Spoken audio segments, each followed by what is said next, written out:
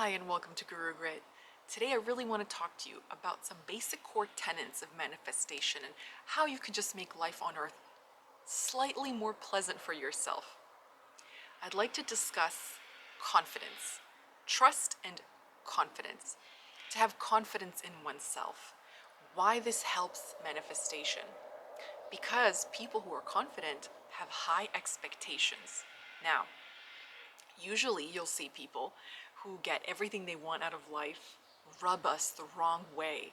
The reason being is that when we decipher, when we take apart their happiness, their success, having everything they want, we consider they're not very qualified, they're not very educated, they're not even good looking, they're not even nice. It drives me mental. They're not even nice. And yet, their partner is gorgeous, kind, wealthy, successful, gives them the world. The world bends over backwards to give them everything they want. How can that be? How is that possible?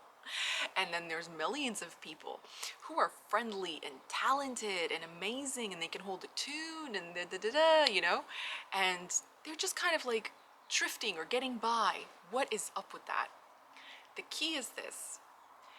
I'm going to make a video answering one viewer's question on how the process actually works. I'm going to like really break it down step by step, 3 steps. But until then, use this as a preface. Even if you don't logically understand, if no one's ever pulled you aside and taught it to you, and for so many people no one ever has, but they figured it out. Do you know how they figured it out? They never doubt themselves. So, you don't have to be the best looking. You don't have to be the most interesting person in the room. You don't have to be the smartest person in the room or the world or anywhere. But the one thing that will more often than not, or almost always, certainly, give you the thing that you want and the life that you desire is the belief or the expectation or the assumption. I like the word expectation because it leaves no room for error. You're going to get it. The expectation that you are worthy of it. You deserve it. So it doesn't matter where you've been, what you were born into, where you come from, you can have that thing. This is usually going to strike most people as a quantum leap of self-awareness, and they'll think, oh, I can't. When I was little, my mom chased me with a slipper one too many times and I got bad grades and this and this and this. I've been bullied, I've been this. Newsflash, if you've been alive on the planet for more than a handful of years, you're traumatized. Everybody is traumatized. Animals who live with humans can experience anxiety and trauma. Animals in the wild do not. It rubs off on them. We sometimes just think too much. So that's the first thing. You don't actually have to explain why you're worthy of something. You just have to believe that you are. And this is the final thing I'd like to add. Digging into your past to make sense of your present activates more of your past. I'm gonna do a separate video on this. I would like for people to get out of that habit. I see it happen so often in the spiritual community, like never before, and I've been in it for a long time. And even people when they were my age or younger were just not that bothered at the time when I started like they are today. So many young people are so hyper aware of all the things that have gone wrong in their lives. And when you begin to dig that hole, it's a bottomless pit. There's absolutely no end. Once you get to the root of your childhood, it's like the beginning. So it will just go on forever. But you can begin to shift your vibration in the present. When you're strong in your vibration in the present, your past changes. The vibration of your past deactivates. So that's the first thing. Don't question your worthiness. You're not going there anyways. You're not going back there. You're creating your future. So why are you activating your past to make something new? It's literally impossible and it makes no sense.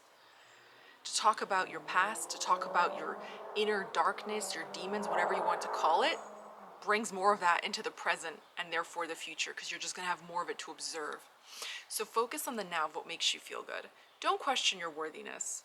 You were born with very strong intentions, intending to have and to live to see the world, to taste life, to be happy.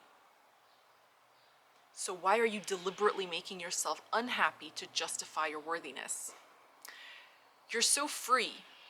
You're so free that you can choose to believe you are limited. Imagine that, the irony of ironies. So that's the first thing. Don't bother with that type of work. And the irony of it too is most spiritual people, myself included, are very, very good at self-development, myself included. And also very, very tenacious, myself included. That when we find something's wrong with ourselves, we won't stop. We won't stop until we eradicate it from our personality. But all that really does is keep you on that subject for way longer than you need to be. So I implore you, please, if you feel like you can't be worthy because someone left you and you were dumped X months into an engagement or a marriage or a love affair or sacked from a job or left at the altar, forget it. It's not going to make you feel better thinking about it over and over again. And yes, those thoughts can come up, but don't let them overpower you. And one day in the future, it's hard to believe, but it might even make you laugh in some way. So just know that if you struggle with the notion of worthiness, try to cultivate high self-esteem, self-soothing, confidence, and then expectation. Just have bulletproof expectation that you get to want what you want. That's the first thing. If you just walk in that true inner power, I'm not saying arrogance, I'm not saying rudeness, I'm not saying be vulgar, I'm just saying expect it. This is the other thing. A lot of the times when I get messages from people and they say, I just made a video about getting one ex back, okay? And this person's genius because they just said, I just want my ex back. I don't want to talk about it. Tell me how to do it. Excellent. Because most of the time people say, I want my ex back because, they were really good to me and my friends didn't like them. Oh, hold on a minute. Who are you trying to convince? Me or you? And why are you even trying to convince yourself? Stop trying to justify why you want what makes you happy. You want it because it makes you happy. And hey, that's good enough for me. It's good enough for the universe and it's good enough for you. You get to want what you want. You get to have desires. That's your business. So make peace with that. I don't mind if you want $50 million. You don't have to justify it to me or your neighborhood or your parents. I don't mind if you want a home with 10 bathrooms and 20 bedrooms or whatever. I don't care.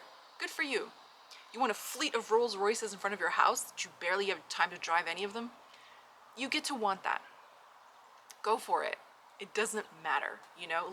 The point of the exercise is to understand, to give yourself freedom and free reign to imagine and to dream, to be creative. Creative people can manifest very, very powerfully because they don't limit themselves so much. You see this often with people with a strong sense of humor, because they imagine funny things. They're not limited. They're not limited to a certain scope. So learn to cultivate confidence and comfort yourself. Imagine the things that you want and give yourself permission to want them as well.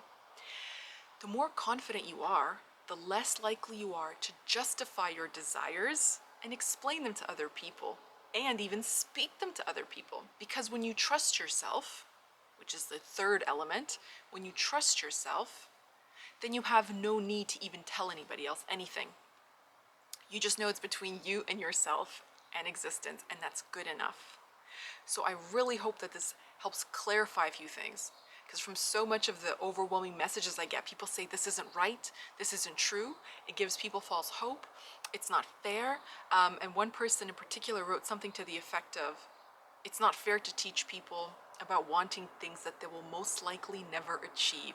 I don't have to agree or disagree, but all I can say is from my own experience, I've achieved things people have told me have been unachievable since I was about 10 years old, myself personally, and I've seen other people do so much more. History is littered with examples of people who've done the impossible. Now it's time to start for you to start thinking that you can be one of them too, because there's absolutely no difference between myself and yourself. Your brain is as good as my brain.